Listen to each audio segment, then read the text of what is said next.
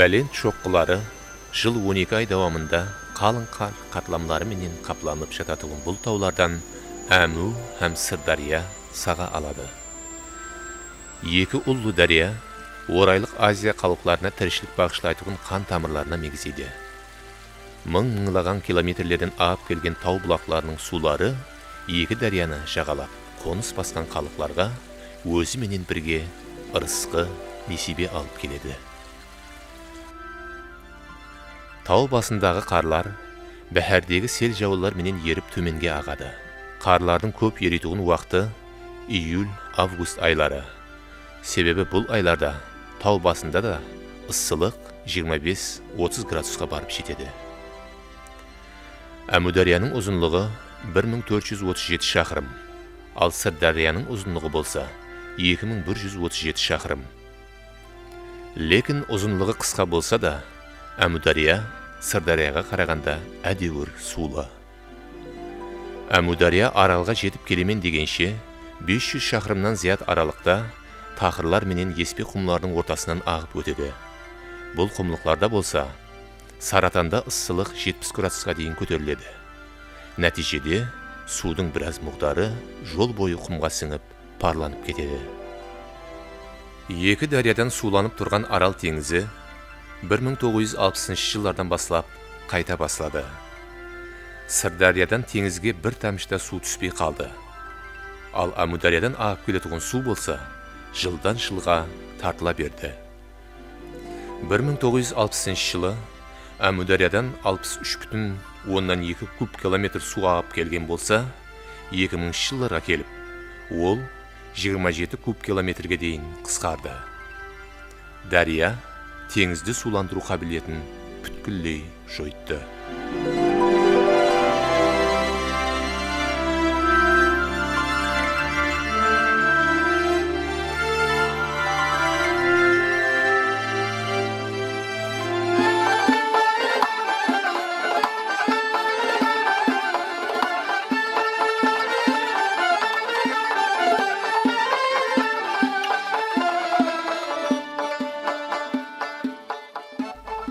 Мемлекетіміз президенті бұл экологиялық апатшылықтың алдын алу мақсатында Орайлық Азия президентлерінің қатнасуында 1995 жылы Нүкісте Арал форумын өткерді. Бұл анжуманға Америка, Австрия, Англия, Бельгия, Италия, Испания, Франция, Япония, Россия, Түркия, Хиндистан, Түркменстан һәм басқа да елдердің уәкілдері, сондай-ақ абыройлы халық аралық шөркемлердің қанегелері, сырт елдердің экспертлері қатнасты.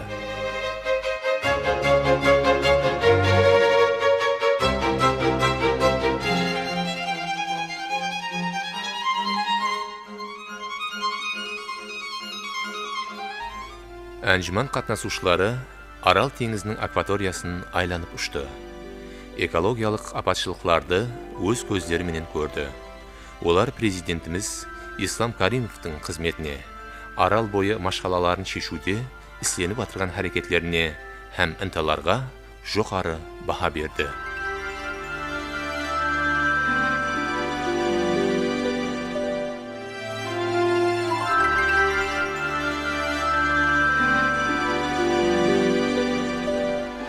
Олар Қарақалпақстан художниклерінің Аралға бағышланған көргізбесін тамаша етті, һәм олардың дөретушілік жұмыстарына үлкен баға берді.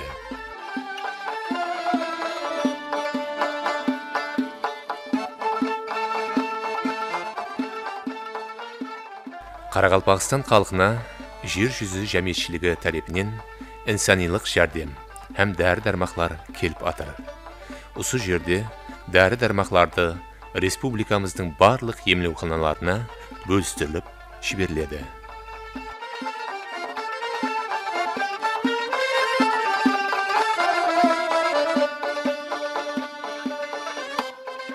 Арал теңізі атрапындағы жоғалып баратырған құслар һәм хайуанатлар дүниясы кімнің болса да рехмін келтірмеуі мүмкін емес.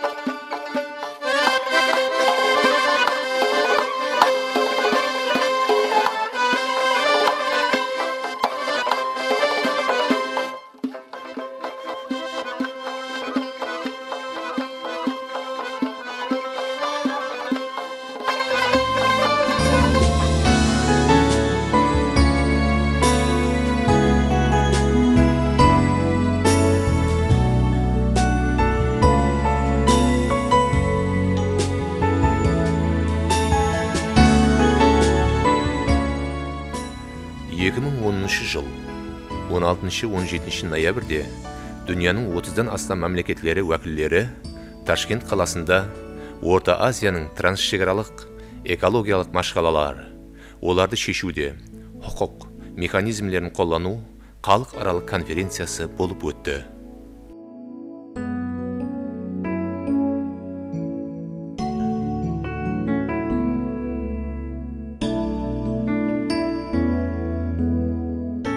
Конференциямыз 2 күннен ибарат болып, бірінші күнін біз экологик Өзбекстандағы бүгінгі күнде 2 экологик машқаларға бүгінгі күнде душар болған Қарақалпақстан Республикасы һәм Сурхандария вилаятына бөліндік. Қарақалпақстан Республикасында өзімізге белгілі Мойнақ районындағы бүгінгі күндегі Арал теңізінің орнына пайда болған үлкен аралқұм muammaların өз көздерімен көру үшін сол үлкен алымларымыз халықаралық, коммерциялық емес, мемлекеттік емес шөлкемлердің қанегелері, эколог һәм денсаулық сақлау тарауындағы үлкен алымларымыз сол Мойнақ районымызға барып көрді.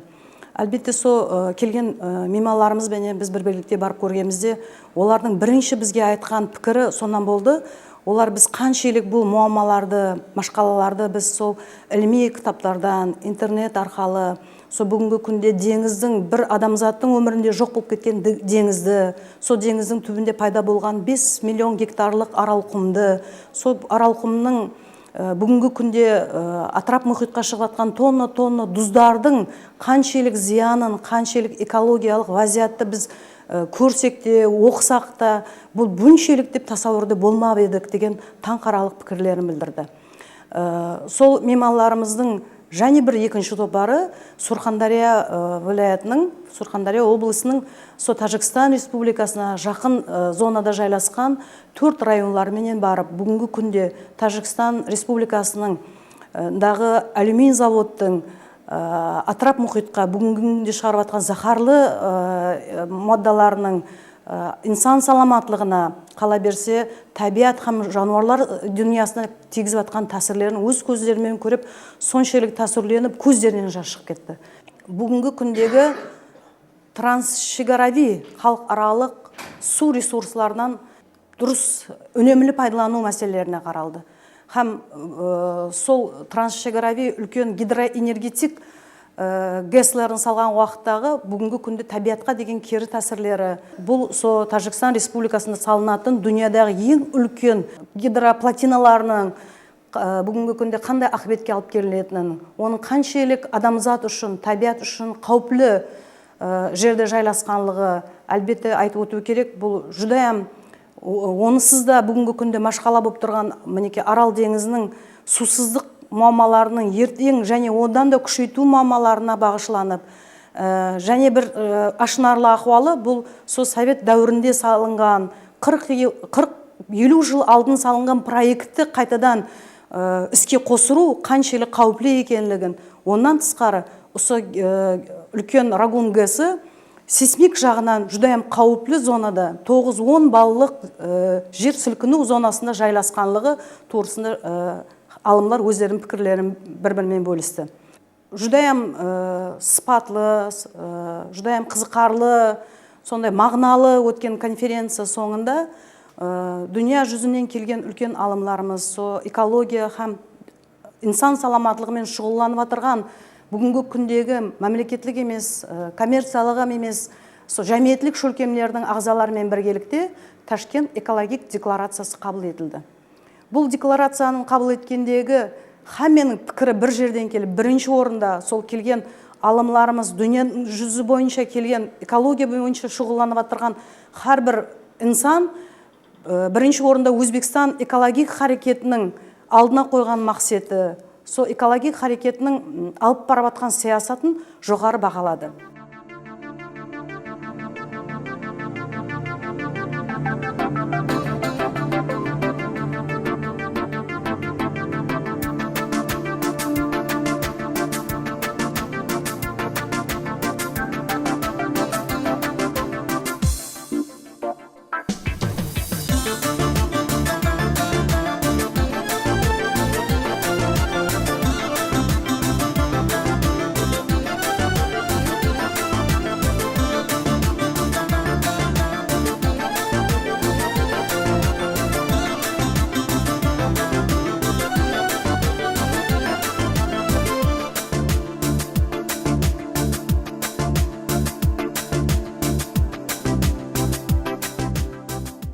Konferensiya qatnашучылары ilajda dodalangan mashqalalar qanchilli ahmiyetli ekenini senim payda etdi. Forum qarsаңында олардың бір топары Арал дағдарыс зонасындағы Қарақалпақстан Республикасының Нөкіс қаласы һәм Мойнақ районында болып, Арал теңізінің құруының апатшылыклы ақбетлерін өз көзлеріменен көрді. Әр жылы Арал ұлтанынан 100 миллион тоннаға дейін тұз аралас шаң тозаң атмосфераға көтерілмекте. Арал бойында өсімлік һәм хайванат дүниясы генофондының ярымынан көбісі жоғалды. Олардың көплеген түрлері қызыл кітапқа кіргізілген. Арал атрапында жасаушы халықтардың денсаулығын қорғау, оларға инсанилық жәрдем көрсету дүния халықтарының ұранына айланды. Дегенменен, har qanday insoniylik jardamde tengizga kelib түскен bir тамшы судың орнын баса алмас еді. Теңіз көлемі барған сайын кішірейе берді. Оның босап қалған ұлтанында көлемі 5 миллион гектарға шамалас жаңа шөлістанлық арал құм пайда болды. Бұл құмлықтан жылына 7 миллион тоннадан зият тұзлы шаң көтеріліп, ол Әму менен Сырдарияның сағалары болған Памир һәм Тянь-Шань тауларына дейін барып жетті.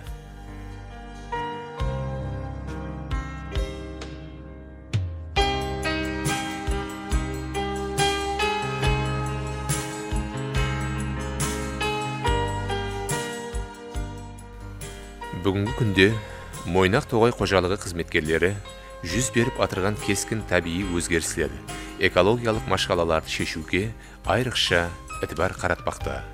Арал ұлтанындағы тұзлы шаңлардың көтерілмеуіне қарсы тұзға шыдамлы сексеуіл һәм жыңғыл нәллерін отырғызып атыр.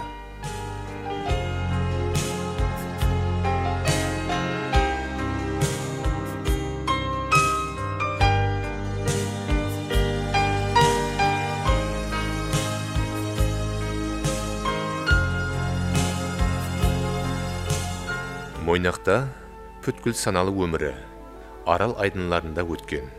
Оның суын сазанларын жыл 12 ай өз қолларымен аулап, ел халқының ырысқы несібесін байытуға үлес қосқан кексе балықшылар бары.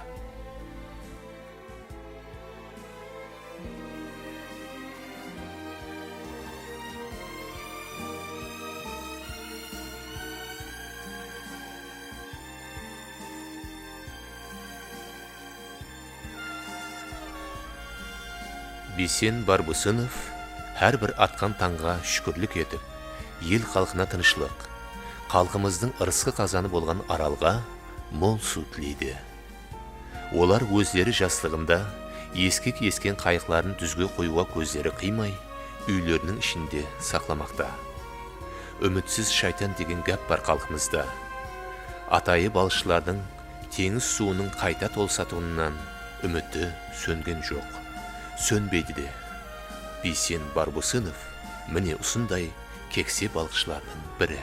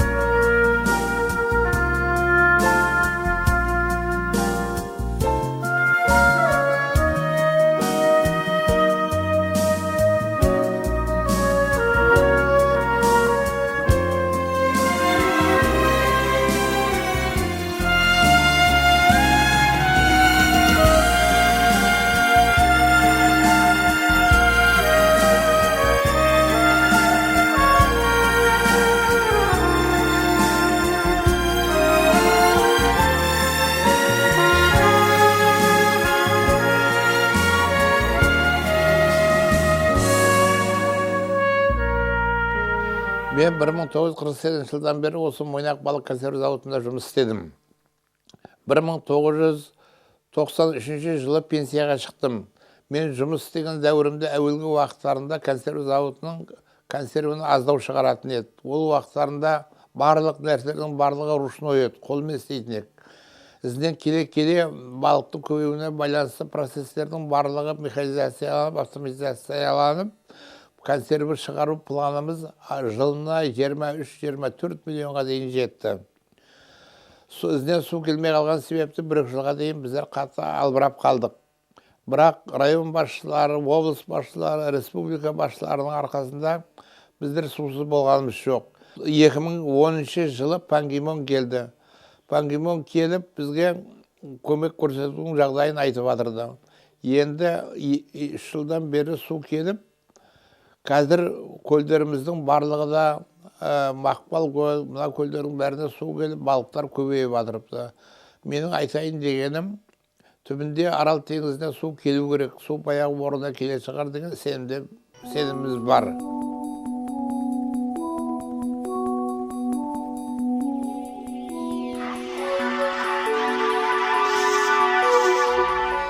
Бейсен Барбусынов һәм Батырбай Ибадуллаевлар жас мінген сайын өз балалықларын құмсайды, жаслығын еслейді. Олар еслеу қаншелі ауыр болмасын, бауыры құмға тиіп, қайырлап қалған ескі өз корабльлер жанына тез-тез келіп тұрады.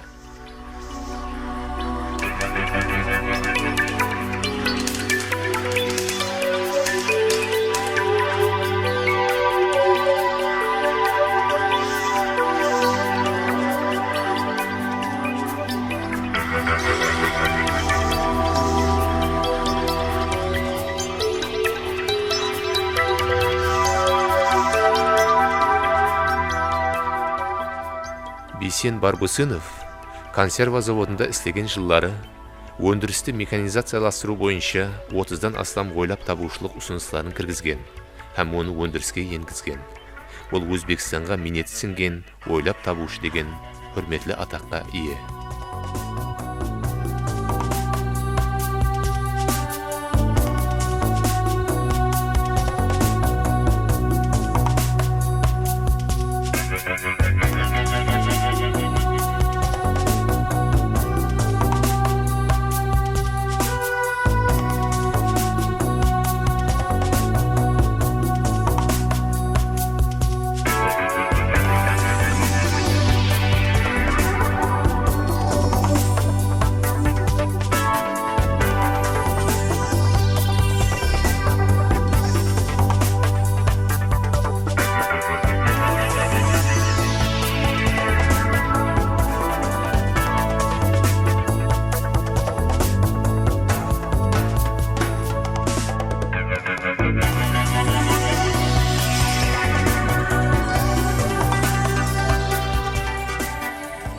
Батырбай Ибадуллаев балықшылық санаты бойынша арнаулы білімге ие.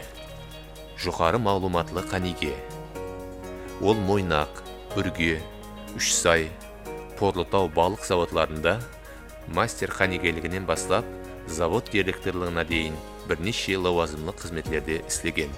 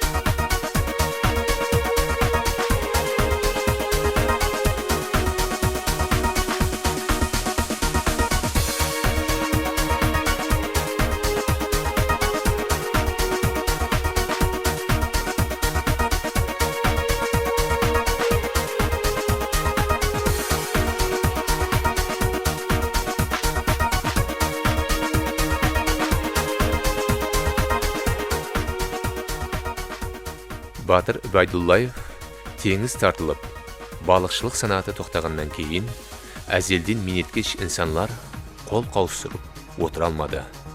Мәмлекетіміз өз ғаресіздігін жариялағаннан бастап, іспілерменліктің әр қилы тарауларында жұмыс бастады. Мал шаруашылық фермерлігін шүркімлестірді. 100-ден аслам жоғары пародалы малларды өршітіп, Göç süt жетістірді, қой жанлық сақлады, тауық бақты, бағбанлық менен шұғыланды.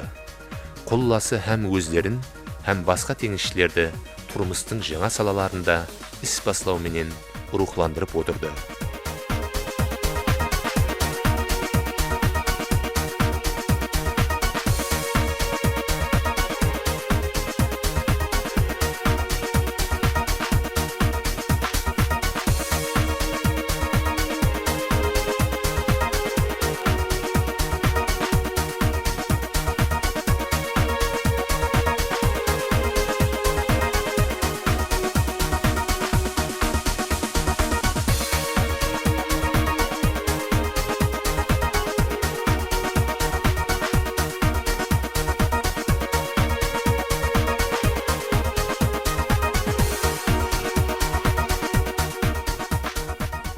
Insan өз өмірінде 2 мәрте бала болады деген гәп бар халықта. Бұл нұрани қарылар балалығында ұслайынша отқа картошка көміп жегенді жақсы көрер еді. Міне енді қартайған шағында және сол балалықты күсеп қалды. Олардың әр қандай үміті, әр қандай жақсы ниетлері заманына жарасымлы еді. Өзбекстан қаһарманы, халық шайыры Ибраим Юсупов өзінің соңғы жылдары жазған бір қосығында бұлай деп жазған еді. Бар тұр болжау қабілетім, білген нәрсем сол болады. Сәл азырақ сабыр етің, бұл жер елі зор болады. Бұл қосық қатарларын тек мойнақшылар емес, бүткіл Қарақалпақ халқы ятқа біледі. Һәм Ибраим аға шыныменен де уәли болғай деп тілейді һәм үміт етеді. Халқымызда аққан дария ақпай қалмайды деген даналық гәп бар. Солай екен, әлбетте бір күн келіп, Әму һәм Сырдариямыз қайта мәуш ұрып ағады. Арал суға толады. Арал жасайды. Арал сөзсіз жасауы тиіс.